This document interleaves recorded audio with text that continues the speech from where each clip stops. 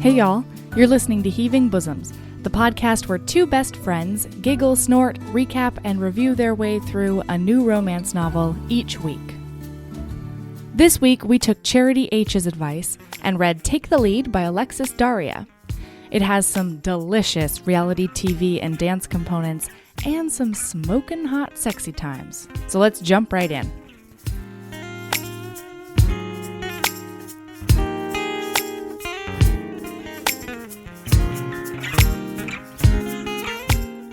Hi, Erin. Should this just be the podcast? Hi, Mel. How are you today? Okay. Yeah? I played hooky from work today. Well, I didn't really play hooky, but my dog was sick, so I got to stay home from work, which is great. Take that, everyone whose kids are sick all the time and whose kids have birthdays and kids have graduations and kids, all your kids stuff. Take I that, have to do everybody. double work while everybody else's kids are sick. My dog was sick. She That's had right. bloody stools. Oh no, poor goat. Goat, yeah, Goat's having a tough time. Turns out she's allergic to chicken. That should have been naturally selected before she came to us. Right? But That seems like pandas being bad at having sex. Like, yeah, well, I mean, what are we supposed to do now? Murder her? Like, No, she's yours. She already didn't evolve right, so I guess we just gotta like... maybe try feeding her a diet of only oats. No, Goat, and she just eats oats. No, we're supposed to feed her a diet of only salmons, so there we go. She is Just salmons and pumpkins. I'm sorry. She is too gourmet for me. She's salmon and pumpkin. Yeah. I can't Salmon, even. pumpkin. Well, they gave us a list. So the protein she's allowed to eat are salmons, other fishes, and although one time I had Rooster some halibut and she had some real stinky farts, so I'm not going that route. And garbanzo beans and rabbits. She can have rabbits. Wait, she can have moose. She can have all games. So she can have Erin. moose, she can have elk, she can have caribous. Wait, I can't talk about goat anymore. I just remembered a really important thing I have to talk to you about. Okay. Are you ready? Is it Evan Rachel Wood going down on other ladies? No, but we're going to get to that too. Okay, all right. No. Okay. No, what I need to talk to you about is, do you remember the time when Rooster was addicted to dog treats and you found out that they were like elk penises or something like that? Oh, yeah. Bully sticks. Yeah. And when you look on... She came from her foster mom's house addicted to these bully sticks. And then you look on the thing. I forget what the thing... It's just like whole grain beef penis. No, it says beef pizzle. And I'm like, what's a pizzle? And then I Googled it and it's a penis. And I was like, why don't you just say it's a beef penis? Like, we're not shy here in the animal world. Oh, Jeez. God. She had the worst carries it breath around in her and mouth. farts. Oh, God. Yeah. Like, and she carried it around like a big cigar. It was so gross. Oh, the boy. other day, we were having a dinner party. Okay. Sorry. I don't know if this is going to be a funny story just because he kind of had to be there, but we were having a dinner party and Rooster just walked into the room carrying, we don't know how she got it, carrying a full bag of treats just by the top in her mouth. And David turned and said, "Rooster," and she just dropped it and kept walking without missing a acknowledging. step, as if like, wasn't me. Don't know anything about that. It's just kept walking across the room. It was so funny. Oh, man, that dog is so perfect. Okay, so She's wait. amazing. All right. We've got to get to, because I think... We've got to get to the book or get to Evan Rachel Wood goes down on other women. No, we already knew that. Are you kidding? She I know, but dated you were one like- of my biggest crushes ever for a really long time. Who's that? She dated Kate Monig. I don't know who that is. Oh, she was on the L Word. She was Shane on the L Word. Oh, I And never watched she's- the L Word. What? She's basically a perfect human. And Shane Really? is like the best deep-hearted fixer-upper, which, I go for. What's her name? Kate Monig? Yeah, Catherine All right, Monig. I'm gonna She's Google currently it on that show with the boxing. Nope, let's not go there. It's just never going to happen. Before we recorded, Yeah. I was talking to Michael and I was like, if it would be better if I recorded in the living room or something, I can totally do that, because he was watching basketball. He was like, "Don't you have to move a bunch of stuff? It's not a big deal." And I was like, No, I just have to move my microwave. He was like, "Are you sure you should record today?" Yeah. Nice. Anyway. Yeah, she's super Okay, cute. wait. She's very punk rock. She's so punk rock and she's perfect. Okay. So, have you spoken to Rooster about whether or not she's happy about not being signed with DJ Khaled? Because I feel like it could go either way with that crazy bitch. Yeah, we haven't gone over the new DJ Khaled revelations yet. Okay, listener, just to let you know, DJ Khaled has come out and said that he refuses to go down on his wife, but he expects her to go down on him on the regular because there's different rules for men and women because he's the king. Because he is a king. Yeah, we don't play that game. Let's go on record. Neither of us want a king. Whatever that means. Nope. Nope. Kings may not apply. Tell you that much. We would only like the Rocks. Rocks may apply. Oh, yeah. And then The Rock came on and was like, I guess I'm not a king. All right. Because I love it. It's like, we knew we picked a good one in The Rock. Yep. And Evan Rachel Wood is also one of my crushes. So, she can also apply. Because she tweeted that. She was like, I love going down on ladies. And you were like, this is my banter for next week's episode. It's like, what are you going to talk about? Just that she's great? Oh, yeah, she's totally great. She's absolutely slaying on Westworld. Mm-hmm. She is just the best in the whole wide world. She slays on everything. She really does. Do you know where I was right before this? Because it's pretty appropriate. The gym? Uh-huh. I just came from Zumba class. And can I tell you that I popped some booty? I did some struts. Oh, my God. And then he spoiled me. Somebody requested Cotton Eye Joe. And I'm not going to lie. I let it all hang out with Cotton Eye Joe. I showed my hoedown. I'll tell you that much. People at the gym didn't know what hit them. I don't care what the haters say. Zumba is fucking fun. Zumba is so fun. We have a hip-hop Zumba class here that's amazing. Yeah, if you have a bad instructor, it's like the worst, don't try it. But if you find a good instructor, go all the time. It's the best. Yeah. We've got one like really incredible instructor. Friday afternoons, Alaska Club South. Really good stuff. Hip hop Zumba. She's very silly. She's great. Yeah. That's what I love about this guy because it's a lot of hip hop. We did like in addition to hip hop, he also does songs like burlesque, which makes me really happy. And yeah, it's great. I like most Zumba teachers, they just look at themselves in the mirror the whole time. This girl like goes up to, she'll like grind on everybody in the class. It's great. Nice. And it made me get really in the mood for our book today because oh right, all it's a the dancing book. Is this our segue? I think it's our right segue. Now? How many minutes have we bantered? We've only bantered for Not 7 minutes and 45 seconds. Hey-oh, skippers, you're going to miss some of the book. Yeah, you're going to have to skip back, bitches.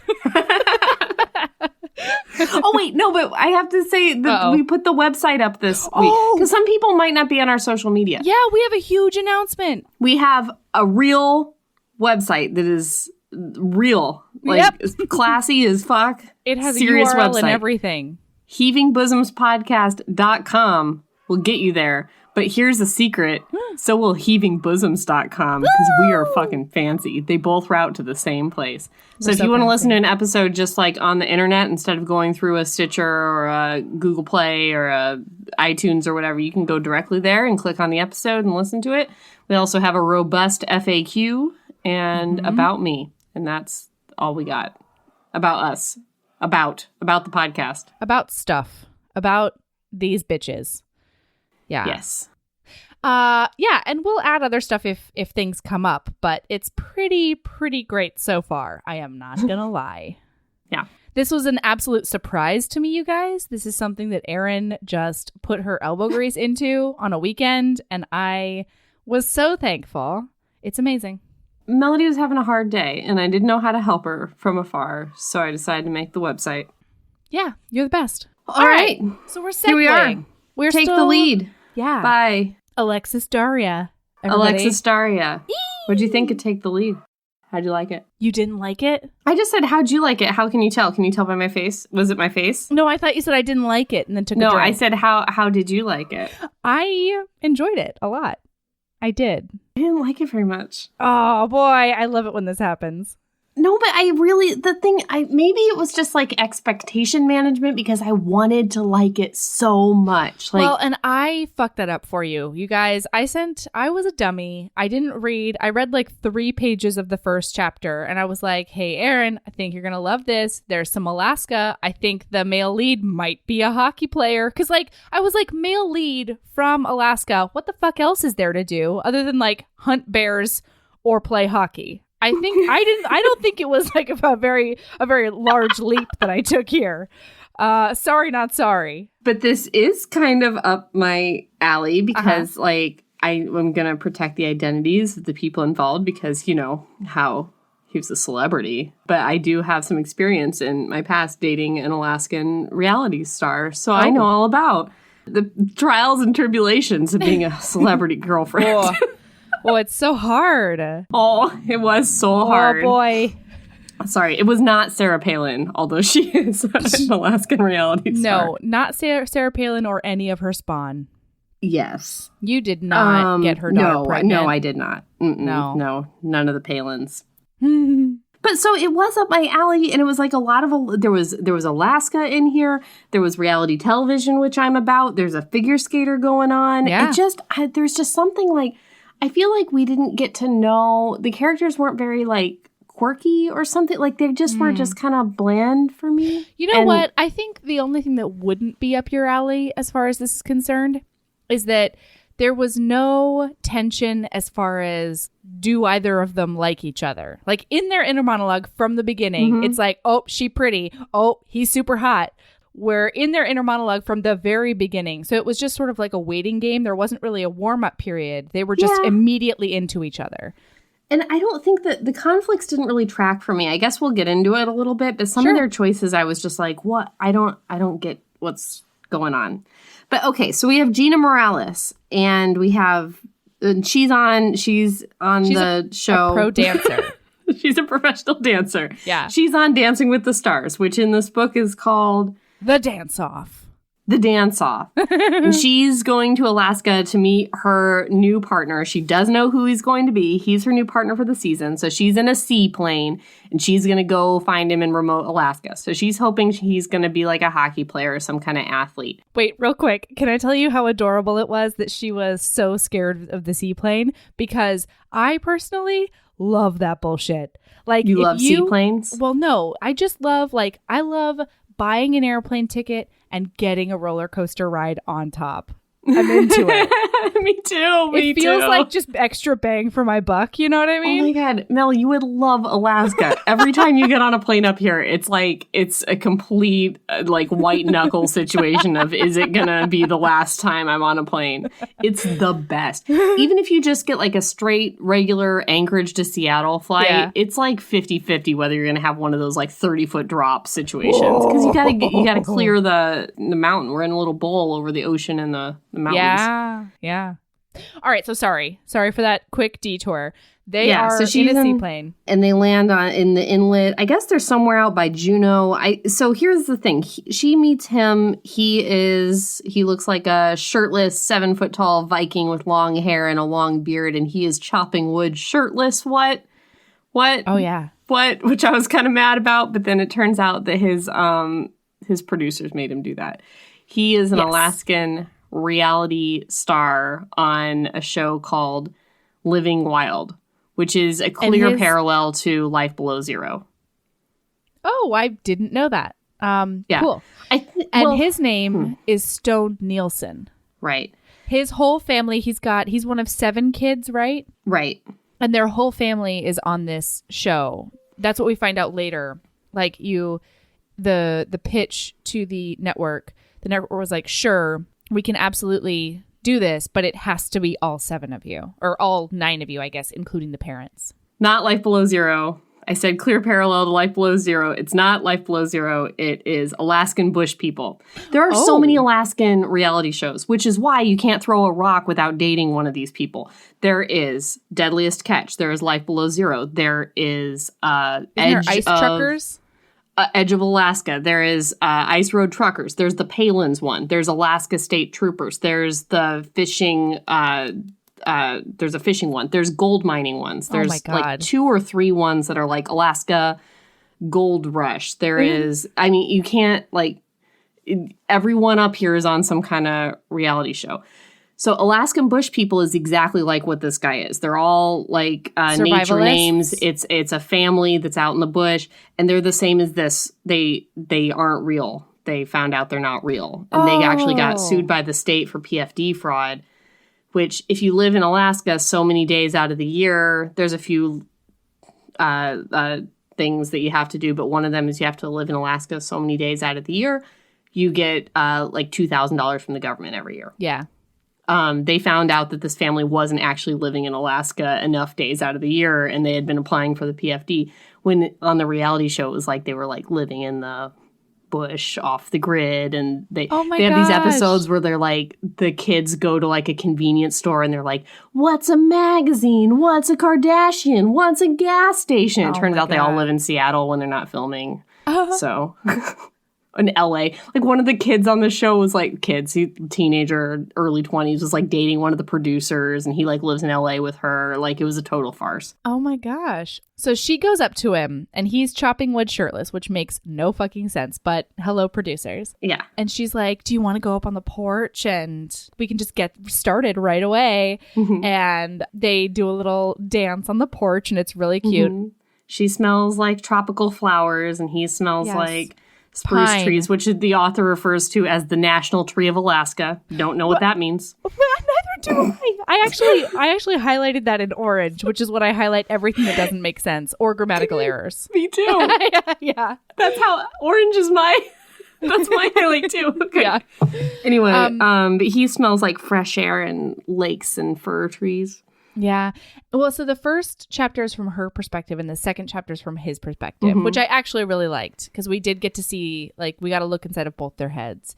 Right. And he's like, he's into it and she's into it, but they're both thinking to themselves, this cannot be. This is a professional relationship, period, yes. The end. Goodbye. We cannot smooch each other. May I read the description of him? Yes, please. I would love that. The bare-chested man chopping wood behind the main house was 6'5" if he was an inch, covered in rippling, bulging muscles and smooth tan skin. Obliques and delts flexed and released with each swing, highlighting his pure strength and perfect form. The rustic axe acted as an extension of his beautiful body and hit every mark every time. He was the kind of man who would look beautiful doing any activity, but he looked like he had been born to chop wood. He fit here, like he'd been conjured by her wildest fantasies, and she wanted to lick him to see if he was real. Yep. She wanted to lick him to see if he was real.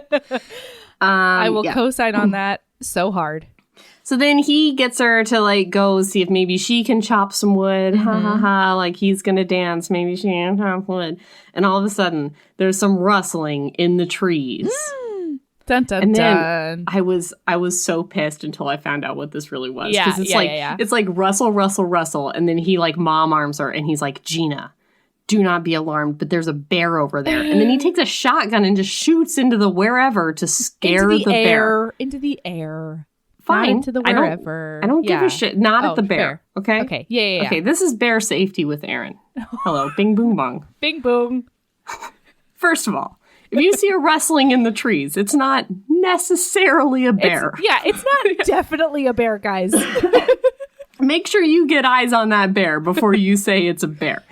Second, what kind of bear was that? Was that a bear we need to scare off, or was that just like a regular bear eating some berries in the woods? You see a bear eating some berries in the woods, don't be scared. Just live your life. Well, the bear comes up to you and starts bearing out.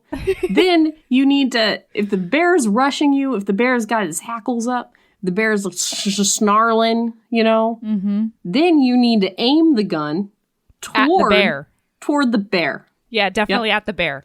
Yeah. So Stone was pretty way off in his survivalist stuff. Anyway. Well, you know what? The only thing I would add to that is the second part of it. Bear is eating berries, being a bear, living its bear life. Continue to live your life just at increasingly larger proximity. Yeah. As much as you can. Slowly, casually. Listener, the bear. Never, ever, ever, ever run from a bear. I know that didn't happen in the book, but maybe we just saved a life. Don't run from a bear. Don't run in a zigzag pattern. Don't run down a hill. Don't blah, blah, blah, blah, blah. Don't run up a tree. Ever run. Don't run from a bear. Just play dead. Play dead if that's what you need to do. Saved 2 friends of mine have played dead and been totally okay. Yeah, I had a friend who a bear just like played with her for like 45 minutes. No. While she like played dead. Mm-hmm. It was in Montana. It was awful. Eep. Yeah, but that is a one cool cucumber. She's basically that cucumber water, as Cletus would say. I was going to say, what book was that? Fancy cucumber water. Okay, sorry. All right, so Gina has a completely irrational reaction to this. She has a city girl panic attack, and I don't hate her for it, frankly. I do a little bit. I did a little bit. You I live was in just Alaska. like, what is this woman? I haven't always. That's true. And you know what? I saw my first bear with my eyeballs, saw the bear, which she did not. By the way, she did not. She never saw the bear. And you know what we did? We just turned around and we went the other direction. That's right. The rational. Casually. Yep.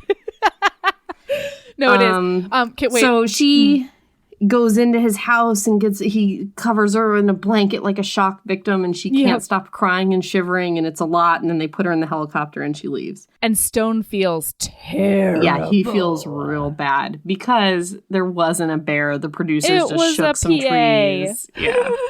What dicks. Yeah. All right. So that's the first 2 full chapters. Now we're going to go to Los Angeles and do some rehearsals. Because their first dance, you guys, is a foxtrot. The least sexy dance of all time. I'm glad we started there, though. Quick. Yeah, we have to start with a foxtrot. So he walks into the dance studio. He's still sexy. She acknowledges him as such. He is now sexy in a man bun, which gets me every time, that's frankly. True. Do man buns get you every time? I hate that they do, but they do. Yeah, they do. Me too. Yeah, they work for me. I have tried so hard to get Michael to grow out a man bun, and he just absolutely refuses. I think we've talked about this before. Yeah, David also. I'm never going to win that fight. Yeah, we're never going to get a man bun. No, we cannot die on that hill, Erin. We can't do it. One of the better qualities of Tonku was his man bun. Okay. They're practicing the foxtrot. He apologizes for scaring her. She doesn't care. She's like, she doesn't give a shit. Fault. Well, because he doesn't say that it was a producer yet, right? Mm-hmm. He was just like... No, he doesn't say that yet. Yeah, he's like, hey, P.S., sorry about that bear thing. She's like, how could you have controlled a bear? Anyway. Yeah, that's not your fault. Yeah, and he's doing this show because if he makes it far enough, he doesn't even have to win. He's doing this dancing show because his mom had a hip replacement surgery and they're still paying off medical bills. Right. So that, and he has student loans that nobody knows about because he's apparently, like, according to the show, he's been living in the bush since he was like 7, when really they just transplanted themselves there later on. And he had been an engineer living in Juneau at the time, and then he had to like quit everything and grow out his hair and grow out a beard and break up with his girlfriend and go live in the bush with his family so that they could do this show because the network didn't want to do it unless they all did it. Yeah. So then, this is where we meet Donna, right? The quintessential terrible producer. Yeah. So Donna is the producer that wants Gina she wants a showmance. So she put Gina and Stone together because she thought maybe they would do some smooching, cause some drama, cause some will they, won't they. And Gina hates this. This is her this is Gina's number 1 character trait, is that she does not want to smooch anybody that she works with because of credibility and because of Latina stereotypes, because Gina is Puerto Rican, and because she did this before. She dated somebody before in the past, and it didn't work out, and it backfired. Yeah, that was the one that didn't quite work for me because like high school doesn't apply anywhere else. Yeah, but she uses that as like the number 1 reason why she doesn't want to smooch Stone, as like, I mean, we'll deal with it later, but it's like a teary confession of like, the reason why I can't smooch on dance partners is because I smooched on a dance partner and it didn't work out. And it's like, we'll get to it when we get to it. Well, and then I don't know if we know this yet, but Gina has a roommate, right? Mm-hmm. And the thing that drives me a little bit bonkers about this whole thing is like, I mean, On the one hand, I'm glad that they had such different perspectives because, you know, women are cornucopias of experience and wants and needs. Mm-hmm. But she's living with another Latina woman who grew up with her in the Bronx before she moved out to LA. They are on the same show, and her roommate fucks all of her coworkers. No problem. Okay, let's just have this out right now, because this is the problem I have, is Gina and Natasha live together. Natasha fucks everybody, to include the judge on the show, Dimitri. Yeah. To include her partners, to include the other dancers. Yeah. And Gina, you know, she has flings with them, and it's totally casual and consensual and great.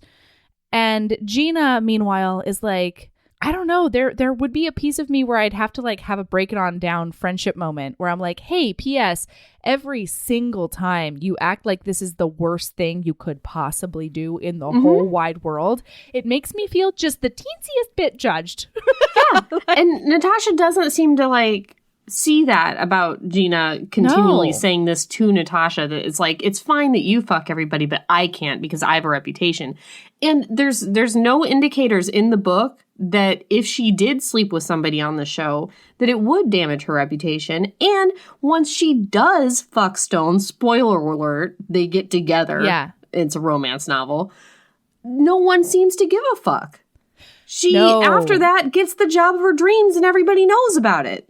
So, like... And not to mention that the one thing that I didn't really like, and I don't know if this was me reading into it too much or whatever. The thing I didn't like was that Gina having this stance on not sleeping with coworkers made it seem as though it almost seemed like it was framed so that she was the more serious career-oriented one. Right. Where Nina was not, or Natasha was not. Right. And I don't think that that's true at all. Natasha got cut earlier from the competition, but that was mostly due to her celebrity partner. It had nothing to do with her her ability, her teaching qualities. It had nothing to do with her dedication. How people viewed her as a dancer. No. There's no things in this book to indicate that she actually would lose her credibility. In fact, there are several things in the book to indicate that she would not lose her credibility as a dancer.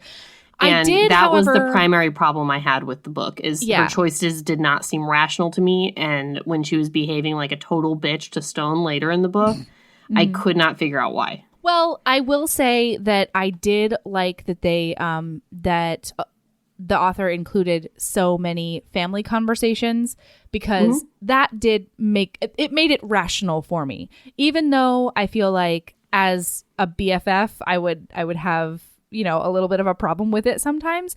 I still feel like it was rational, just because her sister is like, you know, my nieces need good role models and blah blah blah. But that's also assuming that like fucking people is bad and dirty and impure and what's wrong with her niece is finding out that she fell in love with her dance partner. Yeah, I know. Yeah. Honestly, if I had nieces and I was doing up Stone, I would want them to know. I would want literally everybody to know. Literally everyone. Yeah, I would shout it from the rooftops. Yeah, be like, hey, chicas, grow up like me. Get a guy like this. All right, I am your role model right now. Hashtag goals. All right. Okay, what are we doing? We're doing a foxtrot. We're practicing the foxtrot. He is, part of his thing is, like, he wants to be very respectful of her, and he's trying not to, like, touch her at all in any, like, so he's very stiff and is not, like, looking at her very much, and he's having a hard time dancing in the shoes, and she's accusing him of, like, not trying hard enough, that kind of thing. Not being serious about it, because she wants to win. Spray tan time? Yeah, I think so. Because they've already done the interviews with Donna. Donna wants the showmance. Donna's like really making everybody uncomfortable. It's a whole thing. And then spray tans happen. So they don't go off and do spray tans. They bring these pods to them in the dance rehearsal space, which I think is how they actually do it on Dancing with the Stars. Yeah, they have to. They just bring the mobile pods to them. Yeah, because otherwise you're just staging paparazzi photos. Right. Yeah. Right. So they have them stripped down, and they both decide to stay and like watch the other one strip down and do the spray tan. Yeah, it's almost like a dare, you know? Like, oh yeah, I know you don't I care. can watch you. It's fine. Because And I don't give a care. shit. Because I'm a professional. I can watch you and you can watch me. And they both like sorely regret it because they both are like, hubba, you look great. They're both your hottie underpants. McHot-hots. Yeah. Yeah. And so after the spray tan, she's like, hey, do you want to like go get some food with me? And he's like, no, I'm going to go work out intensely. And she's like, well, you can't do that because you'll sweat and it'll ruin the spray tan. So do you want to maybe go get some food with me? And he's just like, no. And just like leaves because they can't, because they're so sexy. Because boner. Mm-hmm. Oh, yeah. And he has a boner. What happens next? And then the promo photo shoot, right? Yeah. Oh, mm-hmm. Oh, no. She meets with Donna. And like Donna finally comes out and is like, we need the showmance. And Gina's like, never. And she leaves in a flurry. And then Gina's like, you either need to make it to the finals or you don't have a job anymore. P.S. Make it to the finals and props win or you don't have a job anymore. And Gina's like, okay, well, no pressure at all. And then they do the promo photo shoot. And this is where we find out that Stone has some dance background. This kid can break dance. He does some break dancing when they're like getting ready to do the promo in front of all the other celebrities that are competing. And it's like fun and kind of cool. And I liked it. But it never comes back. Yes, it does. No, it doesn't. Yes, it does. His Magic Mike moment. Magic Does he Mike do break dancing during XXL. Yeah, but does Best he do break movie dancing? of all time. Oh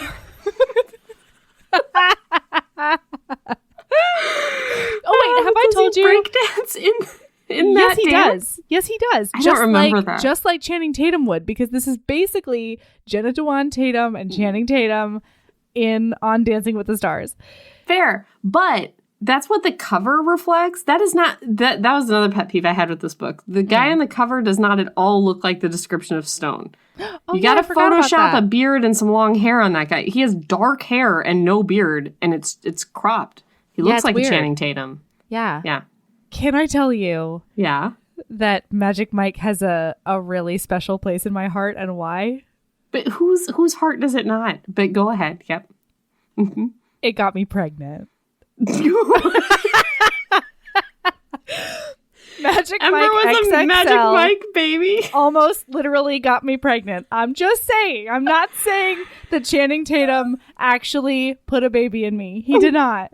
However, I'm just saying that I saw this movie and like 3 days later I conceived. So I'm just saying that the Magic Mike vibe was real good. The song Pony was like in your head when you No, it was conceived. XXL. Oh, it was XXL. Yeah, because regular Magic Mike was a long time ago. Mm-hmm. XXL, though, it got me pregnant. I saw regular Magic Mike with my friend and her mom. And her mom was like a really big Matthew McConaughey fan. But not in the Matthew McConaughey sexy way, but in the like Matthew McConaughey is a fantastic actor sort of way. Because that was during the McConaissance of like 2013 or so. And she's like, I'm just so disappointed in Matthew that he took this role. And we were like, it's like, I don't know. This is literally his wheelhouse. Yeah, this is... we were just so confused. Have you not seen Failure to Launch? I don't. What are you doing? Well, even before, like, his career started out in stupid roles like this. Like 10 Things I Hate About You. What? He was not in 10 Things I Hate About You. Nope, that's not what I meant. I meant How to Lose a Guy in 10 Days. What? I meant How to Lose a Guy in 10 Days. Right, yes. Also a 10 in there. I know. I know that was Heath Ledger. But he was Fast Times at Ridgemont High. Like, he was... You're so right. You know, like, this is his wheelhouse. And she was just like, I just can't believe he took, like, 5 steps forward and then, like, 10 steps back with this film. And we were just like, Matthew. And she kept saying she was disappointed in quote-unquote Matthew. Oh, boy. Oh, okay. Where are we? So during this promo shoot, they're in super skimpy, glittery outfits, and the producers are yelling at them like, sexier, sexier. And so she is wrapped around him like a vine. He's lifting her up. Flipping her hair. He's putting his big burly hands on things that are smaller and yet supple. He is... Oh, this is also where they get to meet all the other celebrities that are competing. So there's like an old singer sort of guy. There's a figure skater. There's like a teen star that's like on like a Teen Wolf sort of MTV show called Bite Me. There's Carrie Fisher is one of the actresses that's competing. Like there are very clear parallels. Like there's an aging actress named Twyla who is very clearly Carrie Fisher. Right. I was going to say Kirstie Alley, but yeah, Carrie Fisher. She was I like in that better. A science fiction movie when she was younger, and then she didn't do anything, and then she was a drug addict, and now she like chain smokes, and she's like, fuck everything. Yeah, you're so right. And she's about to do a new one of the same You're thing. so right. Yeah. Oh my God, you're so right. And I cast the Teen Wolf guy as Damon from Vampire Diaries. I don't know who that is. Think I don't about know it. Damon from Vampire Diaries. All right, well... Yeah. Whatever. The rest of our fans out there, they know what I'm talking about. You mean our one listener? Yeah. Listener, you know. Who else is competing? Oh, there's a figure skater who's mean. And I think... Yeah. Oh, sorry. I think she was maybe meant to be Ashley Wagner, which is bullshit. Because Ashley Wagner should not get such a bad rap. And I think that's what this author was going for, and that's bullshit. I don't know who that is because I don't know figure skating. We are like BFFs. I don't know hockey. I don't know figure skating. I'm sure I have a hobby you don't know anything about. Yeah, llamas. Fair. Also, I cast the singer guy that he was all enamored with as Kenny Rogers.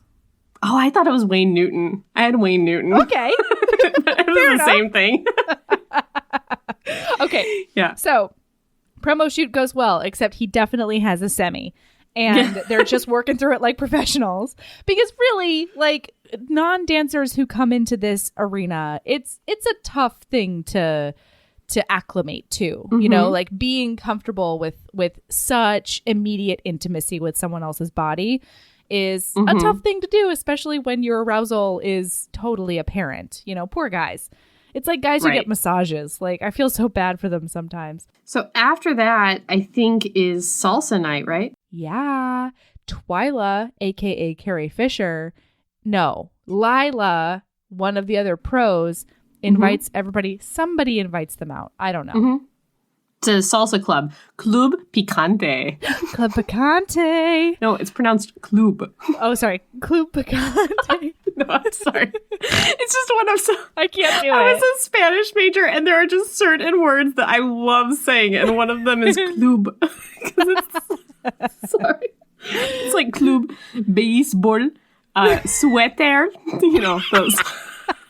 I love it. Oh, boy. Oh, I was going to say, I really liked how much just casual Spanish was in here. And I didn't have to look any of it up. Because they usually, like, immediately said what it meant. Or it would be, like, or Stone standing by and be like, what did she just say? And then they would say, too. That was nice. But I've been watching a lot of Jane the Virgin lately, so I actually did not have to look it up. In fact, when you just called me, I was watching Jane. It's so good. I love Jane the Virgin show. Is hands down 100% the best show on television. You can come at me with some Game of Thrones. Yeah. You can come at me, whatever you want to come at me with. Jane the Virgin is the best show on television, period, the end. No, Done. I'm going to agree with you there. And I'm a big fan of Shameless, too. But I will still say that Jane the Virgin edges it out. Love Jane the Virgin. You can't be unhappy. You can be deeply sad, but you can't be unhappy. Like, it will never make you depressed. No, and every time you're deeply sad, it will still be so cheeky and charming that, it's good. Although, right after the season 2 finale, I couldn't watch season 3 for a while. Yeah. Wait. I think 3 to 4. No, 2 to 3. I don't know. Whenever she has the baby and then the baby gets kidnapped, I was pregnant at that point. And so I was just like, nope, can't do it. Like, in my brain, they get it back immediately. And that's what happened. But anyway, it's the best. All right. So they go to salsa night. And Gina drinks, even though she never drinks during the season, because she is a serious professional, everyone. Orgasms and alcohol are off limits. Right. To Gina Morales. Natasha, her roommate, is all over it.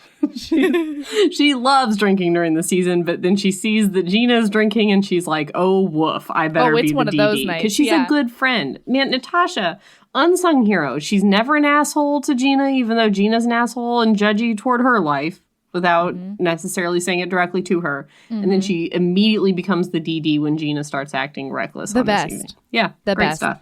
So she dances with one of the other pros. She dances with another one of the celebrities. Stone realizes that this other celebrity, Damon from Vampire Diaries, is his name is Jackson, I think. Anyway, he wants to win. And so he's getting early instruction at this casual, supposed to be fun thing from like all of the pros.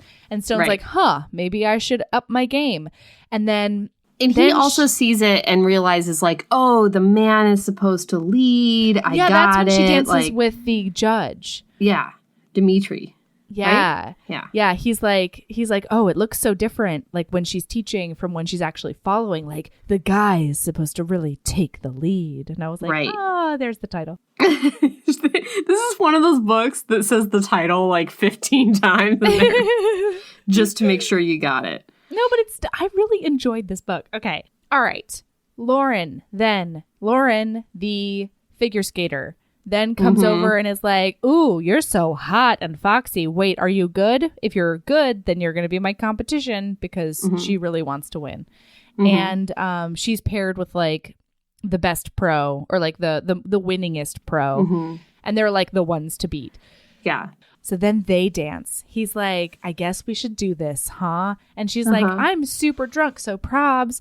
And I really like, there was some commentary in this chapter about how, since she's a little bit tipsy, she can just let go because, Natasha takes him out on the floor. That's right. Natasha takes him out on the floor. Switch it up. Well, because they're both going to dance with him. And then she grabs Dimitri and they start dancing. And there's some really good commentary because he's like, all right, well, you've taught me like the basic steps. Like, why don't you just let me lead? And she's like, all right, I can try that. Like, sure. It won't be very good, but sure. And I loved the commentary about how like you can just let go when you dance. And it's just such a cool, different form of communication when you're just communicating with your bodies to the same music and like in the same universe. And I just love it. That's my favorite thing about West Coast Swing is that it's just... Oh, yeah. This is a thing we have in common. I know how to country swing, but it's kind of the same common... It's similar. We had a common thing. Yeah. Anyway. So they get real close throughout this dance because she's feeling it, good. He's feeling it, they're salsing, bro. Yes. She's okay. Would you like to hear a passage? She arched and rolled, aware of every inch of her skin and his. She wanted to climb him like a tree and wrap her legs around his waist. He'd cup her ass with those massive hands, something he was very careful to avoid doing, although tonight they wandered just a bit more than they ever had during practice. He was so respectful of her, and she knew he was big and burly, and since their first meeting, he'd done everything in his power not to frighten her again. This sweet, sweet man, she just wanted his hands all over her. And then they do more salsas, and then at the end of the dance, he just, like, holds her real close to, like, his face, and they're, like, panting, and she's got, like, the one leg up. He's got his hand under her thigh. You know what the pose is. Oh, yeah. You got it. And they're, real, their faces are real close, and they almost kiss. And then she's like, I gotta go home. And he's like, yup, you gotta go home. And so she comes off the floor. Natasha just has to see the look on her face, grabs both of their purses, and gets her out of there because she is Natasha, an excellent friend. Down. Best friend ever. Yep. So then they go to New York City because they're going to go do Good Morning America or whatever. What's the New York one? Is that one? Yeah, whatever. Sure. Yeah. So they'll go on a private plane. Private plane is pretty uneventful. Interview, I think, is pretty uneventful. They just go do some like random interview. But then, since Gina's from the Bronx, she wants to show Stone all about New York City and like take him all around New York City. So they get on the New York City subway. So it's a really crowded train. Yeah, it's a really crowded train. He's a super big dude. She doesn't signal to him in time that like he needs to get moving, and he won't just like barrel through people. So she gets off at 57th Street and he does not. So she's like, yelling at him through the closed door, and she's like, get off at the next stop and wait for me. I'll be right there. But then the next train that comes looks like a local, but it's actually an express, something that's happened to literally all of us. Nope. And Yeah. And so she goes all the way up to 125th Street, I think, and then has to try to catch another one all the way back down, and it's a whole thing. And so it's been like probably 20 or 30 minutes, maybe longer, and she's freaking out because this man doesn't own a cell phone. So there's no way that she could get in touch with him, even if he was to go above ground and try to figure his life out. But like a dutiful, wonderful kid that he is, he just did exactly what she said and waited. Yeah. He's like sitting there reading a paper, and she's like, "Ooh!" And so she goes and jumps right into his lap, which I did It's like not hate. The end of Crocodile Dundee, you guys. Yeah. They're in the subway. She's like pushing to get toward him. She finds him. She embraces him, and he's just like, "What? Why? I don't understand why this is so dramatic for you." Yeah. Really, it's the end of Crocodile Dundee, but like only for her. From him, he's just been like doing a crossword, and he doesn't understand why it's so dramatic right now. And she's like, "I thought I lost you." Yeah, and it gives him a chance to cup her face and rub her arm, and it's real nice. So she decides to take him to Central Park, and they go and sleep in Sheep's Meadow, which I thought was the cutest thing in the whole wide world. Yeah, they take a little naparino together. Yeah. And then she invites him to go to her house with her mom and have delicious Puerto Rican food, and he can't wait. And then his producers call him and have him do something for his own show. Yeah. Which I don't understand the author's choice on this. This, like, I think part of it was, like, they just didn't seem to, like, laugh and have much fun. Like, they weren't, like, I got that they were both into each other physically. I just didn't know where, like, the chemistry came. They just didn't have a lot of chemistry. And I thought that if he went home and, like, met her mom and met her sisters and they did, like, the whole, like, big family, like, city family thing, that they would have like bonded. And I'm like, why did the author just choose not to do that? Like, that made no sense. She just kind of it seemed like a bit of a missed opportunity and like sort of a tease, because I was really excited to see them all together. Yeah. And then you didn't even get to see anything. It just sort of cut to the next morning, right? Mm-hmm. Yeah. So they go back and then it cuts straight to the premiere, right? They're going to do their foxtrot in front of everyone. Yep. And this is one of the other issues I had was that most, if not all, I think all except for one of the actual dances they did on the show, they didn't are cut tos, that they didn't describe them dancing in the way that they did this first salsa, because that scene was super sexy, hot, and great, and showed what all of their emotions were in that moment. But all of the ones that are on the show, it's and they got into their places to start the foxtrot, and then it breaks, and then it's great job on the foxtrot, Stone. And I'm like, what? Yeah. And a couple of them were real super sexy dances. They do some real good sexy dances. And I'm they why do a couldn't samba I have been there in the really rain doing the salsa samba with the... I know, right? Yeah. Let me go there. I want to go there with them. I don't care about Sparkle Chamber afterwards. Right. Okay. Yeah. All right. All right. I hear you there. He's real nervous. He bonds with Twyla, the Carrie Fisher character, before the show. They like each other because they're both kind of over it. They do pretty good. Yeah. It's a pretty mediocre first dance, but since he's so huge and burly, it's pretty impressive for A, how big he is, and B, how inexperienced he is. So it's fine. I think they got third place or something. So then they cut to the next rehearsal when now they're going to do a sexy salsa. And it's they're doing an Argentine tango. They're doing a sexy Argentine tango. Yep. In a rainstorm. They're going to do it in the rain. Yep. So she's going to make it literally rain in the studio. Is incredibly dangerous. One thing that I didn't quite understand about this is maybe do that for your last hurrah. Why risk such an easy injury on dance number 2? You know what? That's what it is. That's why my heart couldn't embrace this book, is there's so many missed opportunities, because there would be something dropped and I would be ooh, I'm so excited to go to there and do the thing.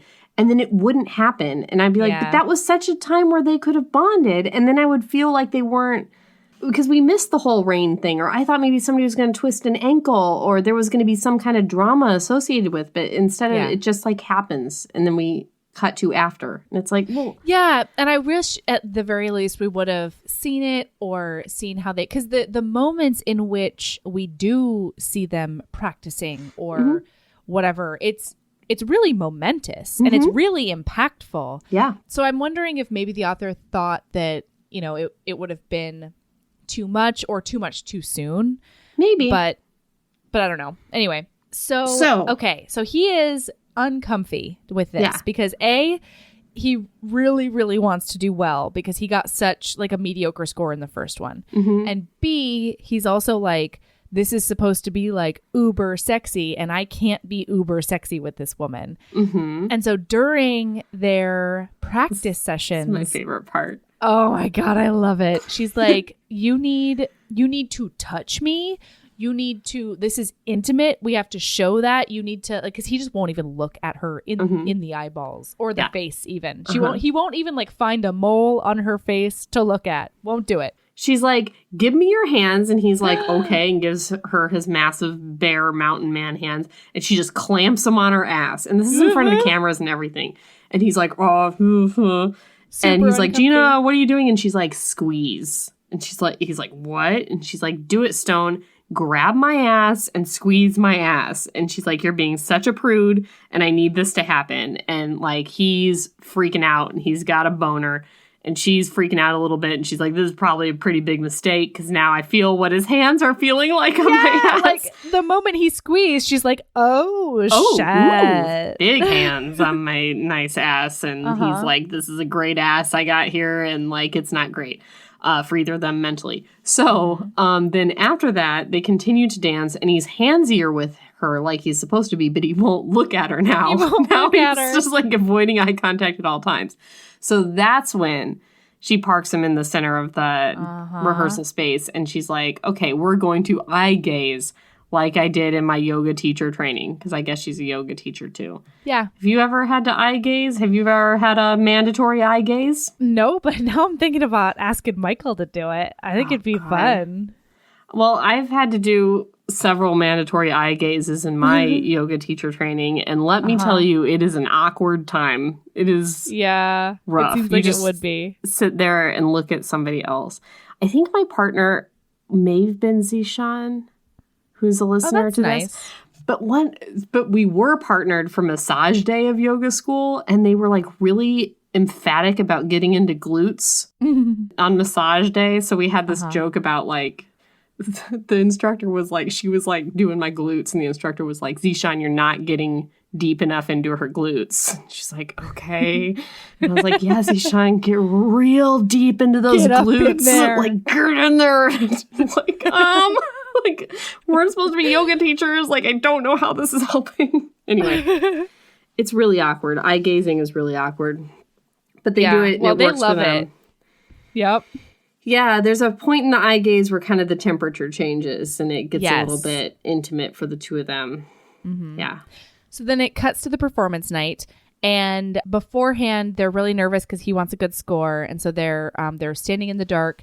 And she's like, okay, everything's going to be fine. Just it's you and me. Just eye gaze with me real quick. And they keep on coming back to that as like a touchstone throughout the book, which is really nice. And then they do the dance and it's good, but we don't get to see it. So then the next day, the rehearsals start and it's the jive, which I cannot even imagine his burly ass doing a jive, but we're gonna get into it. Yeah. So then they want the jive to be like his story about living wild, right? Yeah. I can totally imagine this on Dancing with the Stars, like this hokey, like him building a house and like the other actors being his family and like, But then while they're practicing, he mentions they have like this aside moment, and she asks if it was hard to go out and like do the show, move out to the bush, because he says that they had a place and it burned down, and then that's when they moved deeper into the bush. He kind of mentions that it was arson, and then asks the producer to cut that. Don't worry, that doesn't come back. I have no idea what was going on there. Apparently it was an arson. No, I that's think a red herring. Don't even worry about it. No, I don't think that's the red herring. I think the plant there was that he has a little bit of control over what goes into the interviews and what doesn't. So Sure. when he says, you can't put that in there, the producer's like, great, no problem. And then he drops that he had a girlfriend before he moved out to the bush. Right. And he's like, he also mentions or like motions to the producer like he doesn't want that in there either, gets the nod. That's why he's so blindsided on performance night, because then on performance night, they are standing there in the dark waiting to do it, and they've got their intro package playing above them. And it not only shows him talking about leaving his girlfriend and them breaking up for the show, Right. but then they tracked her down and did a little interview with her, and it throws him so hard he almost leaves the stage. And then his like, jive sucks balls. Oh, he does a terrible jive. He starts on the wrong foot a lot of times. Like, the wrong foot, he says. But I mean, like, here's the thing. It gave him an excuse because, like, that guy wasn't going to do a good jive anyway. So, like, That's true. Now he has something to blame. So That's totally afterwards, she's like, hey, it's okay. Don't worry about it. It's one bad dance. We'll rebound. And he's like, not about it. She's like, eye gaze with me. And he's like, nah. Not. And so she's like, hey, how about you come over to my house tonight? Yeah. And I'll And I'll cook you some delicious Puerto Rican foods. And he's like, yeah, for meat, I will do anything. And so he comes over to her apartment. Natasha's not there. Nope. And ladies and gentlemen, it's on. It's on. It is. It is on TM. Oh, we're going to trademark that? No. We are not trademarking anything because I am not Hey, guys, cocky. wait, no. We're going to trademark it's on. We're going to do it. Okay. Let's do it. All right. It's so on. nobody ever Nobody use that, can ever use it's on from here on out. All right. Yeah, we're so cocky. All right, so they're sitting on the couch after dinner. Well, wait, they Dinner share was some stuff with amazing. each other first. She shares some stuff about... Oh, yeah.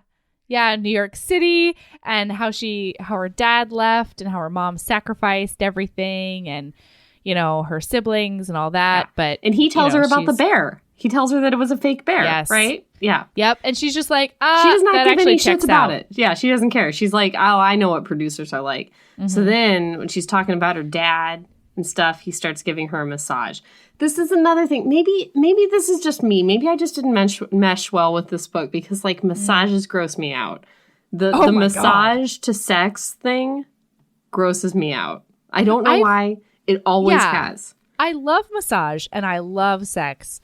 I don't think I've ever gone... I've never done the transition from massage to sex, though. I think it's because, like, only the grossest men have ever been like, oh, you're a little tight. Yeah. Like, yeah, completely. It's always a gross dude who wants to make that, like, massage to sex move. And it just now... At least in our personal experience. Yeah, in my personal experience, it's always somebody gross that's like, oh, would you like a little... Like, I just... Yeah. And so when it started happening here, it was not nice. Yeah, in my experience, it's always been the person who I won't allow to touch me in any other context. So they're like grasping at straws to be like, can I please find massage a you? reason? Yeah, Right. and I just... So that personally, I was just like, ooh, I don't like this. No, and I was okay with it just because she was so into him from jump that I was just like, yep, I'm cool with it. I love massage. She really likes him. We can definitely go here. So here's what happens, guys. He starts massaging her and it's really yummy. And she's like, mm-mm-mm. And then he's having a hard time because her shirt, her crop top is a little bit billowy. So he's like getting caught up in it. And she's just like, I want to take this off. So she takes it off. And then this is in his perspective. And he's just like, holy shit. What's she happening? took off her shirt. Yeah. Should I continue to do the thing? Yeah. And so he sort of stills and he's like, more? And she's like, yeah, go ahead. So he starts going up her spine a little bit. And then he catches himself on her bra. And she says the words, take it off, Stone. And he's like, I'm sorry, what? And she's like, take off the bra, Stone. And so he unclicks it. It goes. And he's like, more? She's like, yup. So he keeps massaging her. And then he's like, do you like it? She's like, I like it so much. And then it is super duper on. TM. Everyone. And TM. she turns. She turns. And then he kisses her. Her lips. And they're doing on his lips. doing kissing some over the makeout. shoulder. And then she turns around completely and he pulls her onto his giant lap. And then he pushes her down onto the couch, and then they're making the outskis there, and he's like, more? And she's like, yes, stop asking me that more. Making just touch the me. outskis is just, God, why didn't we trademark that? Making the outskis. Oh, you just did? Perfect. Yeah, it's done. Oh, man. And she's all like, touch me, Stone. Touch me on my vagina parts. And he's like, okay, your shorts are short enough that I can just go in from the leg. Yep. And so he just finger bangs her that way. And then she has a riotous orgasm. And then her phone starts going. And she answers it like an idiot, like a total dummy. And she's like, oh, it's Natasha. She's on her way home. She just got groceries. You have to leave. Go, go, go, go, go. And he's like, what? And she pushes him out the door. And she's a little bit like, why did I make him leave? But she did. So then the next dance is the what? Isn't it the Paso Doble? Sure. Yeah, because it's Little Red Riding Hood dance, like Fairy Tale Night or whatever. Yeah. And so they Fairy arrive. Tale Night. And she's like, is this going to be really weird? And he's just like, hey, wink. Wink, wink. It is really weird because now it's sexy. We're sexy with each other now. We're doing some sexy times. Well, but also he feels a little bit like I got thrown out and I have to be a secret, which is not cool. And he did everything right, you know? He did so many things right. All of them. Oh, man. So, and then they're tense with Donna because she's the one who made the call about doing the interview with the ex and whatever. And then they do this really sexy, demanding, amazing Paso Doble, but we don't see it again. Nope, we don't know anything about it. Yeah. She's the wolf and he's Little Red Riding Hood, which I liked. But we don't see it. And nothing really happens that week. They just kind of practice and talk to Donna, and it's tense. So then the next week is quote unquote shake it up week, which means they have to dance with other partners. So he's dancing. He gets Natasha. With Natasha. And she's dancing with Teen Wolf, right? Yes. Yeah. So they don't see each other basically all that week. And Natasha is a good teacher, and Donna comes in and she's like, hey, so will you two give me a showmance then? Because somebody needs to. And she offers Stone a big bonus to do it. Oh, yeah. And he totally turns it down because he is not about to do that to his lady. Yeah. Yeah. His lady of finger banging. Yeah. Even though she did not reciprocate. No. She didn't even give him like a quick and sad hand job. Like there was nothing. She just tossed him out. That would not have been a sad hand job. It may have not been a full hand job, but it wouldn't have been sad. That's how I feel about that. Fair. Yeah, so then after they're apart for a week and he salsas with somebody else and she salsas with somebody else. I don't remember what neither of them like it. Yeah, and so she's like they meet hands. afterwards and she's like, come over to my house. And he's like, done and done. Yeah, and the end of that chapter is something like, and this time she wouldn't hold back or something like that. Anyway, so the next chapter. This time she wouldn't throw him out literally on his penis. Even though like she does still just afterwards. But anyway, so next chapter, it's on. Super on. Oh, yeah. So she opens the door before he's even in there. He walks up her hallway and immediately just like face on. It literally says he rushed her or he charged her like a moose. And he's just like, move.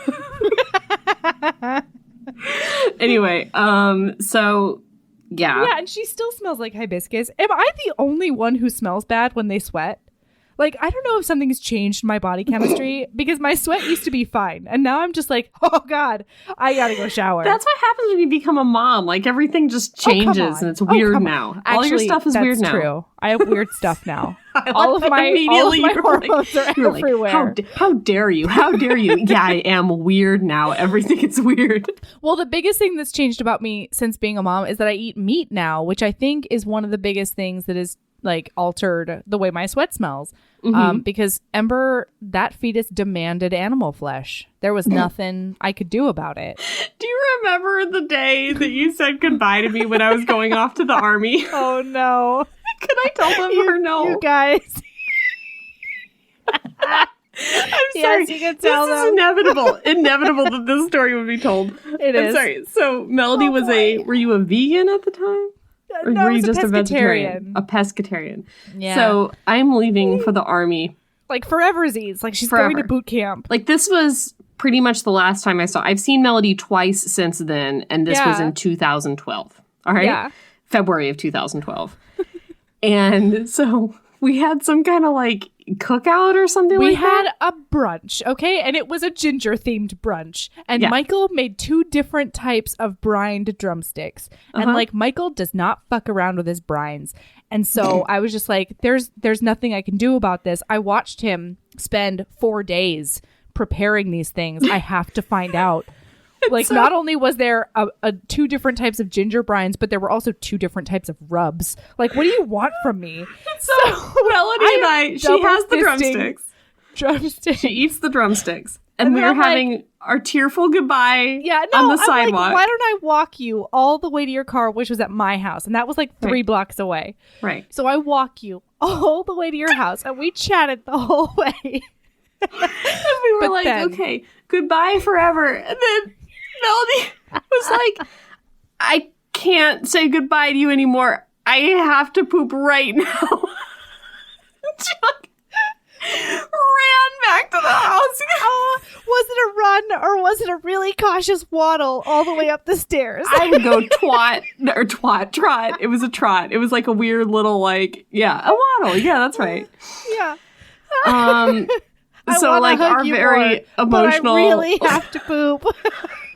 our emotional goodbye was cut short because that emergency meat shit. Oh man, what My were we system talking wasn't about? used to it. Okay. Oh, we were talking about the we were in sexiest the part of middle this book. Oh no. Oh man, I think it's going to be a good episode now. At the beginning, I wasn't so sure. Fuck. Okay. All right. Ow. Oh, can we do a segment? Oh no. Yes. The segment is Bing Boong Bong. Bing boom. What position is this? This is what sex position is this with I Erin and actually Melody? don't know. So there. Okay, let me find it here. I'm really sorry we ruined some of the sexy times, but we're gonna bounce back, everybody. It'll be okay. Okay. She flopped like a rag doll as he knelt between her legs. So she is now on the bed. He is kneeling on the bed between her legs. Okay. Okay. He took himself in hand, blah, blah, blah, cock, folds, got it. Then, gathering her in his arms, he lifted her into an upright position. Oh, I know what position this is. He's kneeling, okay? Yeah. Imagine he's like, he was in child's pose. And so his knees are pointed out. But now Okay. he's kneeling all the way up. He Okay. grabs her by the waist. And so they're face to face. Her legs are wrapped around his pelvis. Uh-huh. And he's penetrating her while they're both upright. And like, she's riding him like that. And he's like Okay. helping her up and down by the waist. What That's are they it is. using for, like, torque? Like, is he just moving her up and down? Because her feet are not on the ground. No, I imagine that she also has her heels dug into the bed. Because it says they're, like, wrapped around his back or whatever. Yeah. So she's got she can also like wrap them around and hook at the ankles and Yeah, then I guess. use that momentum. And then- And she probably also has her arms on his shoulders. Oh, yeah, that's probably true. I was just like, I was just trying to figure out where they were getting the velocity and the torque from because I couldn't figure it out. Momentums. I got it now. I got it. It was because her feet weren't anywhere that I was just like, and she's so small that I couldn't picture it completely. They're probably All right. hooked at the ankles. Okay. Thanks. Bing, boom, bong. We haven't done that since Dear Bridget, I Want You. All right. Okay, so They have good sex. Have super good sex. I really Great liked sex. this sex. Good stuff. And is this where they have like the pillow talk? No, she just tosses him out, right? Yeah. She's like, bye, have a good day. Yes. Yep. So she tells him later on that she doesn't date people in the industry because she dated a dancer when she was 17 and he like took credit for her choreography and he was always talking about himself and he basically like dumped her when something better came along. The big conflict in this book would have been fixed for me if that relationship would have caused her to lose credibility in the industry. Yeah, but it didn't because she was a high schooler. Right. Like Yeah. if the author had changed that relationship to be like, no one took me seriously for a long time after that because I dated somebody in the industry, whole conflict would have been solved. Apparently she had to leave her dance troupe and he got to stay Mm-hmm. because they broke up and whatever. But So, that's not something that can happen with I know. Stone. Yeah, it's not. It's not. Okay, so he basically like dances around the fact that he doesn't want to hide their relationship because he's like into it. Yeah. And she tells him that they absolutely have to keep it a secret because of her nieces and stereotypes about Latinas and, you know, her qualms that we've already gone over. So Stone is still like, oh, I still haven't told her all of the stuff that I haven't even told the reader yet. So I'm not even being honest with her myself. And I appreciated that about him. So now they're doing a group dance with the figure skater and the other pro. And during that situation, Stone is thinking about the fact that he doesn't want to hide their relationship anymore. He gets a little bit distracted during a lift and he drops her, except he doesn't drop her. He catches her so diligently that he injures himself in the process. What a hero, guys. Oh, God. What a hero. I mean, any day, Stone. Yeah. Just drop me. I'm cool.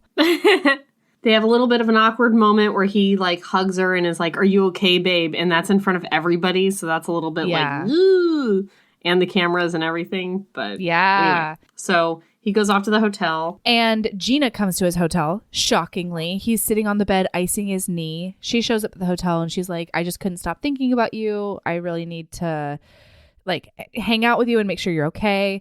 And they reminisce about when he grabbed her butt, when she made him grab her butt, and how jealous they were when they danced with the other people. And then they have really good injured sex. Yeah, because she's she on just top and says, he really doesn't do much. Yeah, she's just like, I'll do all the work. And I was into it. Good work. So then, in the the next morning, he's like, I'll walk you down to your car because I am the biggest of gentlemen's. And she's like, I have years of experience in LA and years of experience on this show, and I am not going to stop you because I forgot paparazzi exist. And I forgot that my number one most important thing in my entire life is not being seen with you. Yeah. So he goes down with her and the paparazzi obviously catch them. They get some photos and she asks producers to spin it to show that like she was just checking on him that morning, that she didn't spend the night. And rumors still swirl, as rumors are wont to do. Yeah. And she loudly is like, glad I came by early to check on you and your knee, before she gets into her car. And she's like, yeah, it was pretty clever of me. Man, fooled them. Okay, so then they do the group dance and that goes great. They win, ? Doesn't really matter. Doesn't matter. And then they go to her house and try to talk, but instead bone. And I have never identified more with a couple in my life because things are distracting. And then they decide at that point that whatever happens, they're going to figure it out together. Except they don't really decide that because neither of them, well, Gina doesn't actually commit to that for a good 7 chapters. Well, they're just like, let's not talk about it. We'll just figure it out. Whatever it is, we'll figure it out, is what they commit to. They're like, we're not going to make any decisions right now. Whatever it is in the future, we'll figure it out together. Yeah. And they decide that they're just going to keep it casual and blah. So then production is like, we got to go to Alaska. We got to, for no reason. We're just going to make sure that because it's like a crossover show, doing a I guess. crossover episode, yeah. Yeah, so they wanted more floof for their Living Wild show. As soon as they arrive, everybody loves Gina. And then his mom is like, I've got some mom senses. And my momdar is telling me that you guys likes each other. And he's like, no, couldn't be. I don't know anything about that. Just friends and coworkers. I respect her greatly. And his mom's like, yeah, okay. So then they are staying at an inn in town, which Stone thinks like is the mysterious little thing he drops in his inner monologue is that it's so weird to be staying in one room when all of his stuff is already in another room in the same inn. Yeah. What? Because that's where they actually live. They don't really live out on the compound. They live in the inn. Yeah. Yeah, because it is an Alaskan winter. Yeah. And stop it, everyone. Well, no, some people live like that, just not these television folks. And I'll tell you, like, I was watching Edge of Alaska one time, and they're out in McCarthy, Alaska, and there was a whole controversy about, like, will our town get electricity? And, like, some people are on one side and some people are on the other side about, like, getting electricity to the town. Yeah. And then Dave and I went out there, like, 2 weeks later, and they have fucking, like, everything. They have a vending machine in the lobby of the hotel there. It's like, come on, guys. Like, at least there are actual people who live like this. You don't have to fake it. Yeah, but you know what? Those people don't call camera crews. Yep. Right. They do. They want to be off the grid, and so they stay off the grid. Yeah. Okay. So they get reined in. They're supposed to leave. They get reined in. The plane can't fly. And so she's like, hey, what I think we should do is I should knock on your door, take 3 steps into your room, and then give you the surprisiest BJ that's ever happened. And he's like, I can't argue with that. BJ. Yeah, it's pretty nice. Yeah. And so then they're told that the camera crew is off doing for something. the day. Yeah. Yeah, they're like not working. Right. And so they decide that they're going to rehearse anyway. And while they're rehearsing, they're looking out into the rainy Alaskan beauty. And he's thinking about how she fits so well in his vision of his life in the future in Alaska, and how he wishes that could be a thing. And then they're chatting some more. And then they have the sweetest little kiss on the dance floor. And as he breaks away from her over her shoulder, he sees a cameraman scurry away. So then he thinks, should I tell her? And then he thinks no, because of like how messed up he was during the jive, you know, when he figured out that they were like talking to his girlfriend and he didn't like that. So he's like, no, she'll get in her head about it. We don't even know if they're going to air it. Like, I'll try to handle this and not tell her about it. So he goes, and when they get back to town, he goes and talks to Donna and is like, don't air this. And Donna's like, yeah, I'm going to air it. And also like, Gina's probably getting fired and like, you're the worst and we're airing it. So he's like, oh, should I tell her now? And he's like, nah, I won't tell her because she'll like be really upset. And then and she'll have a hard time in rehearsals. Yeah, and she'll fuck her up all week. Yeah. And selfishly, he's like, I also want to have a normal week with her as my not girlfriend. So I guess like, because the last time something like this happened, she totally pulled away and was a weirdo because that's her MO. Right. So he doesn't tell her. And then they show it in the intro package. So then she has to be a professional and do the dance, which she does because she is a professional. She's very good at her job. Right. And then afterwards, Gina asks if he knew, and he sort of shrugs. And then she is obviously pissed. And right after that, they have this beautiful contemporary dance, which we actually get to see a lot of. Yeah, that is the one that they kind of describe where he's like all tied up in ropes and they fly. There's some harnesses and some stuff. Yeah, so he's in a harness and he's just holding her. And she like he is the only thing keeping her in the air while she's like writhing and dancing and being fucking gorgeous.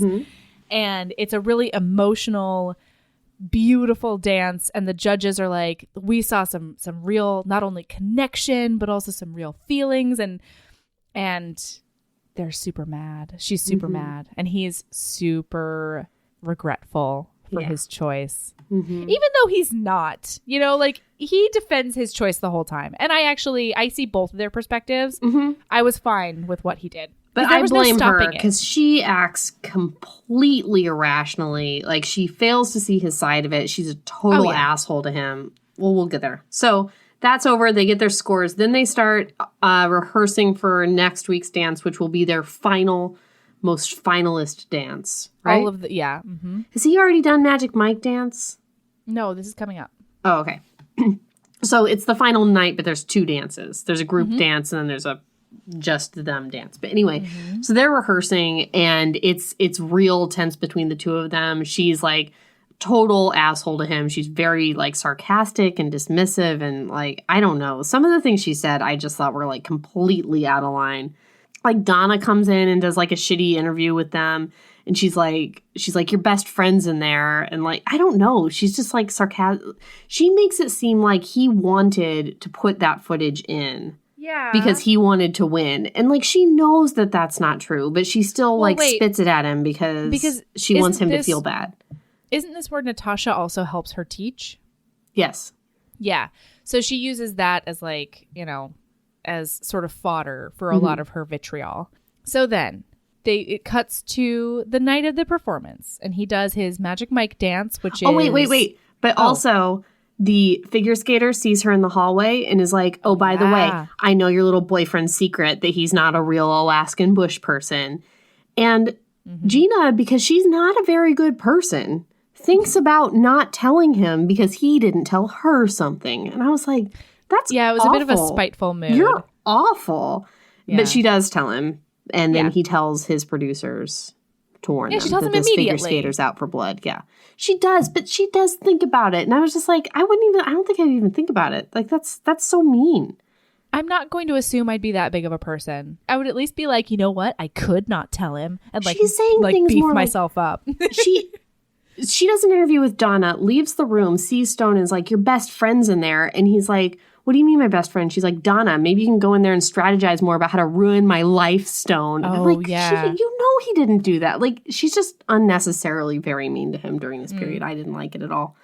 So now we're at the dance. He does the Magic Mike dance, does stripper time dance. Well, so they also do a dance together. And her favorite... I think of her as a Gloria Estefan. She's this Latina icon who's done music and film and all that sort of thing. She's a guest judge. And they see each other, and afterwards she's like, I love the dance. And then afterwards, Melly, the Gloria Estefan character, is like, I'll be in touch. I thought she was Jennifer Lopez. I didn't think she was Gloria Estefan. But I guess Gloria Estefan has a Broadway show. I was just thinking she's from the Bronx. I don't know. I was not. Maybe. Because Gloria Jenny Estefan's not from New York City, is she? Nobody cares. It's the Gloria Estefan character.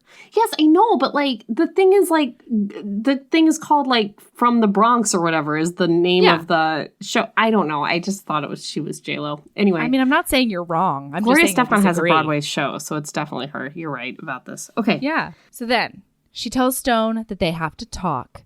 He goes over to her house and she tries to break up with him, but then they bang it out. Yeah. A little bit angrily. That's the mirror sex, right? Yeah. No. Oh, I think so. There's one time at her house where they have sex where he's sitting in a chair and she's sitting on him in the chair, and then they're both facing a mirror watching themselves. It's pretty good. It's real hot. Yeah. Because she's all like, how do you want to do it tonight? And he was like, exactly like this. Clearly he's been thinking about it. No, that was before. Now it's just sort of missionary anger. Oh, okay. Let's do this thing, I think. Okay. Anyway, so then right afterwards, they talk/fight, and he tries to explain, he didn't tell her because he didn't want her freaking out all week, and she accuses him of wanting to allow it so that they could have the showmance that will get them the votes so that he can win and get the grand prize for all the money. And he's like, what the fuck are you talking about? As soon as you told me, because early on in the book, she told him that her job is on the line if they don't at least make it to finals. Right. And once that happened, he was tripling down on practice. 110% committed. Completely He never thought he'd win this thing. No. He just wanted the money of being honest so his mom could get physical therapy. He never thought he'd get the $350,000 or whatever. Yeah. So he's obviously super hurt because he's just you're coming out of a crazy place right now. He never says that. This whole time he's been like, man, I can't wait to get back to my quiet life in Alaska. He does not want to live in LA. He doesn't like any of this stuff. He just wants to go home. Not necessarily to the compound and the inn because he doesn't like that, but he wants to go home and go back to his life. Yeah. Anyway. So rehearsals are super tense. This is actually where Natasha comes in. And they do... No, that was my fault. So they do a tandem thing where Natasha's also going to dance with them. And she leaves. She begs a headache or something like that and leaves her job. And Natasha does all the teaching that day. Yeah, because they're going to do another jive. It's his redemption dance. There's a jive going on and the Magic Mike thing. And she just doesn't teach him the jive. And that's the one he fucked up on so bad. He really needs help with it. Right. So... They have Gina. another huge fight. This is where Gina should be a fucking role model. That's what I think about that. Anyway. There you go. Yeah, and this is where Lauren tells her that she knows Stone's secret, whatever. So then, his family visits. And nothing doesn't happens. really matter. Yeah, his family comes. And then they have a dinner that is completely forgettable. Right. Somebody comes from that Broadway show, the Gloria Estefan show, and tells her at some point that she has an audition and they want her to play Gloria Estefan in the show. Mm-hmm. That's part of it. Melly. Right. Well, so then they do the last dance and it's like a big thing. And after the dance, she completely breaks down and starts sobbing, remember, and like runs away. Mm-hmm. And he tries to talk to her when they're waiting for results, but she can't bring herself to do it. He's like, Gina, and she's like, not now. And he's like, if not now, when? Because he's been trying to find her all night, and this is the only time they've been together, and she just doesn't answer. And so he's like, oh, then that means never, I guess. Right. And then they win. They win! Dun, dun, dun, dun, dun. Grand prize goes to Gina and Stone. But then they like awkwardly say bye. Mm-hmm. And he goes on home, a plane back to Alaska. No, not yet. No. So then they have to do one more round of interviews in New York, right? Mm-hmm. Yeah, I don't know, but at some point, like nothing really happens in the interview. Eventually, they just say bye, right? Yeah, they basically just say, yeah, you're right. They basically just say bye. And then he goes back to Alaska. She starts doing press rounds. And then she's also going to have this huge audition in New York for the Broadway play that they want her to, they have her slotted as like the lead if it works out. And they want her input as far as production is concerned. Like the audition is the most dream come true thing for her that's ever happened. And it's nary really does cool. one person say, hey, we're a little bit hesitant about this because you smooched your partner. Literally not one person gives a shit, and she's going to be the lead in a Broadway play. So that's the whole conflict of the whole book. And no meanwhile, the Broadway play includes 4 failed marriages of the lead, partially because of her career choices. So, like, the personal is relevant and you can still be successful through it. I mean, we just told a poop story about me, you guys. Like, you can be okay. You can be a success, even though people... That's right. Even though people know things about you. Okay. All right. So he goes back to the Alaska set and he finds out from his mom. And then the stars align, remember? Sorry, what? The stars align for him. Yeah. Yeah. A lot of like, what a coincidence, sort of things happen. Because he goes back to his mom and is like, hey, mom, you know, I don't know if I can do this anymore, sort of thing. Figure skater ruins his life, goes and calls everybody and is like, I found out his secret. And so National Geographic or Discovery Channel or whatever has to cancel the show.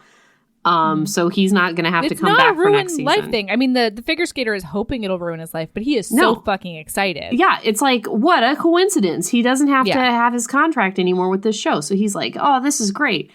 And then he's watching interviews because he's obsessively watching her interviews. And she finally is like exhausted and somebody asks her about her relationship with him. And she just keeps it real. Yeah. And it's great. And she's like, leaving him, letting him go back to Alaska was the hardest thing I've ever had to do. And she's like, honestly, I just feel like something's really missing. And she taps herself on the chest. And then she kind of just moves on with the interview. And he's like gripping both sides of his laptop and he just shuts it and stands up and is like, I'm going to wherever she's at. And then meanwhile, she's in her apartment with Natasha and she finds the best friend ever. Yeah. She finds on her phone a video that he made in the hallway when they were fighting so bad where he was like, hey, I'm making a video on your phone and I just want to tell you that like, I loves you so much, and I'm so sorry for what I did, and I just think you're just the most wonderful person in the world. And she's like, oh, shit, I gots to go to Alaska. And Natasha's like, what's an airport? Check Juneau. That's a city I know in Alaska. And listen, guys, bing, boom, bong, Alaska with Erin. Juneau's an island, all right? Yeah. So try not to fly into Juneau, because that's going to be rough for you. Okay. But it's okay. They don't make that terrible mistake that I nearly made when I moved to Alaska. Because there is a knock on the door. Yeah. And so he comes in and they decide to be together forever. Here's another issue I had was he's going to follow her around everywhere and support her career. And that's great. That's what I expected to happen at the end of this book. Yeah. But he suddenly wants to be a male model. Yeah, he was really empowered by his Magic Mike situation. But like the book didn't note that at the time. Yeah. And this whole book, he's just been like, I can't wait to get out of this and get back to my quiet life. All I want is my quiet life. I know. Like, quiet life, quiet life. And even after the Magic Mike thing, that's still kind of what his narrative was. And he couldn't wait to get back to Alaska. And then all of a sudden, he's like, you know what? Show business is for me. I just thought that was really weird.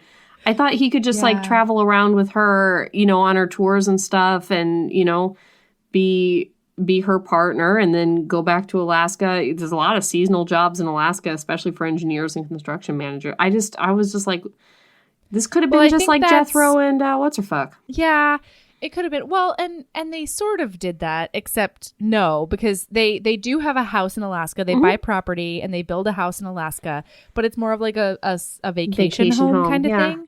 I imagine he's going to spend more time in Alaska than she does. I just thought it was so weird that he had this like random revelation that he wanted to model now. Like that was so weird. No, I don't think he like it's now his dream. I think he's like, I can make money doing this, and I don't think I'll hate it.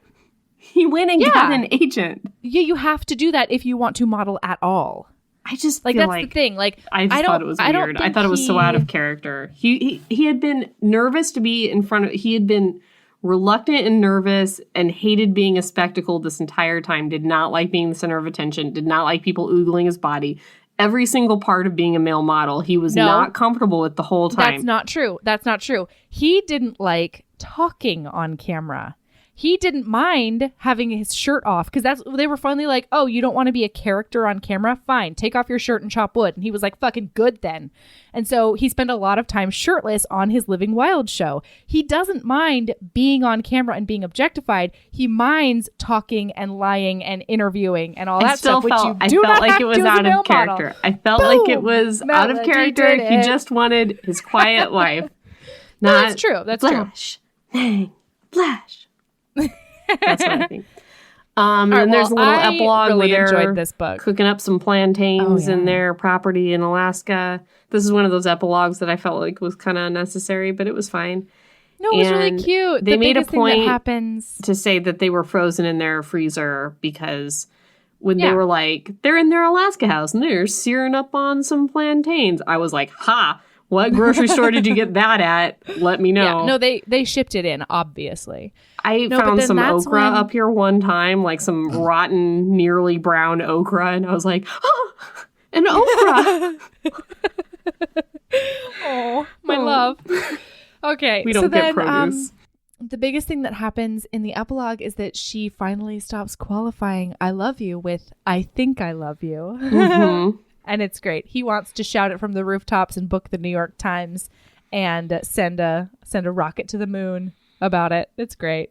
Yeah. Yes. So, Erin, do you have a lady love? Well, it's funny because, you're going to cut a lot of it anyway, but it's funny because I was going to say Jane the Virgin because I've been watching a lot of Jane the Virgin and it just has been feeding my soul. Seasons 1 through 4 are on Netflix and I can eat it like cotton candy. I mean, I love it. Who's your favorite Jane the Virgin character? I can't do that. Really? I can't do that. No. Like, of which genre? Is it my favorite romantic male lead or my favorite antagonist? Like, which one? Because they're all my favorite in different ways. Okay. All right. Okay. Who's yours? Well, Michael is my favorite character, but I think I don't know. I go back and forth between Abuela and Rogelio. I really like them both a lot. I love Alba so much. Yeah. But I love Petra. Oh, no. She's not even in the running for me. I love Petra. She's just so funny. She's so funny. It's a great show. It's my lady love this week. Yeah, my lady love this week is find yourself a hip-hop Zumba class, everyone, because it will make you feel like Beyonce and You'll learn things that are just real important for your body and your life. And if you can possibly find a hip hop Zumba class taught by an adorable gay man who also teaches elementary school, or just visit me, I'll take you to my Zumba class because I really think I found the perfect class. I have the perfect class. All right, well, visit either Erin or I. We'll show you the ropes. It'll be great. I have another one. Can I do another quick one? Yeah, please. I've always thought those like lip scrubs, those sugar scrubs, the lip exfoliators were useless and dumb. They're not. No, they're not. No, they're I not. got one and it's not useless and dumb. And I had to smooch a Post-it today because episode 2, part 2 of the hating game went up today. And I kept smooching on this Post-it and it kept being gross. And then I used that lip scrub and it was perfect. If you need to smooch a Post-it, guys, get one of those sugar lip scrubs.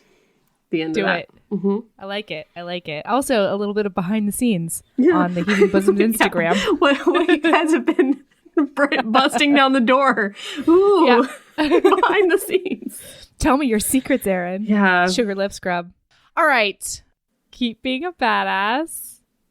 Uh-oh. Oh, no. We have to Instagrams. Oh, okay. So, guys, follow us on all of our social media because I'm not going to lie. Erin's killing the game every once in a while. I will also contribute, and I don't think I'm like a slouch. Like when I contribute, it's usually you're not a good. slouch. It's good stuff. So, all right. At Heaving Instagram. Bosoms on Instagram. At Heaving_Bosoms on Twitter.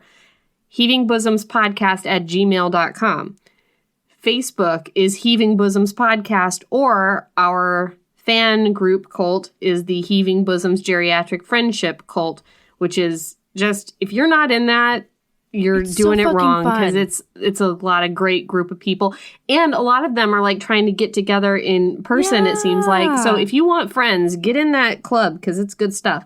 And then now we have a website, which is heavingbosomspodcast.com. yeah. Or just heavingbosoms.com. Like try either way. You'll I'm get so, there. Like, You'll here's get there. the thing. I'm so proud of having gotten both URLs. I don't want to confuse people by keep putting both out, but I just want you to know how proud I am that I got them both.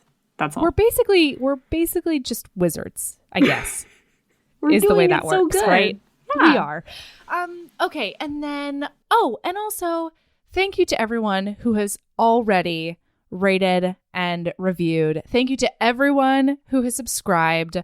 We love you so much. If you have not done any of those things, feel fucking free. But we still love you. We also love you, but also feel free. Like, welcome to join the party. Yeah. Leave a rating or review. Subscribe. That way it gets delivered right to your device. New bribe, guys. 5-star review on iTunes. We will let you keep one possession of your choice.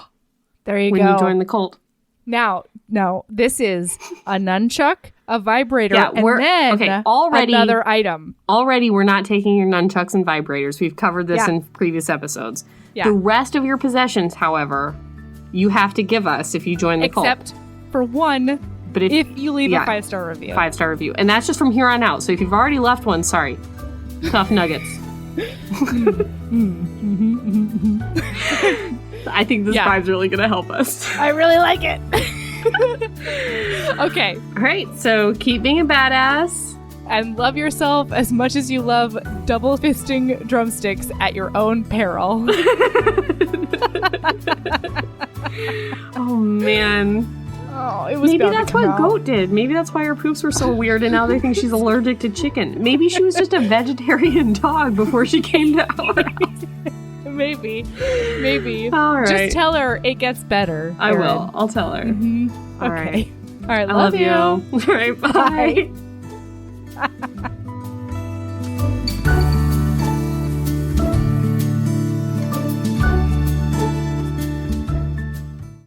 Hi, I'm Nicole.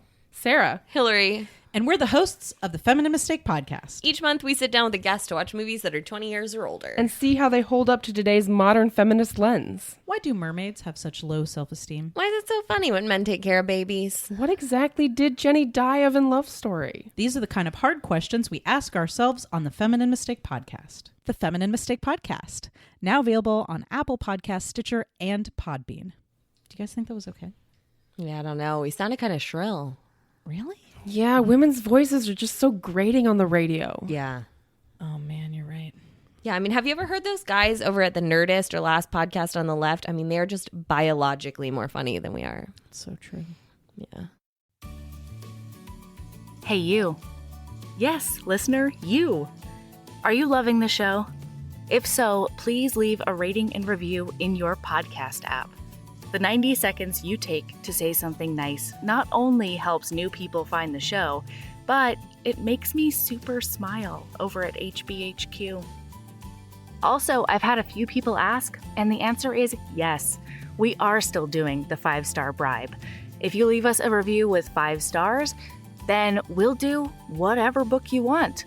We're real deep into the list, though, so it might be a while. Lilas! Okay, back to the show.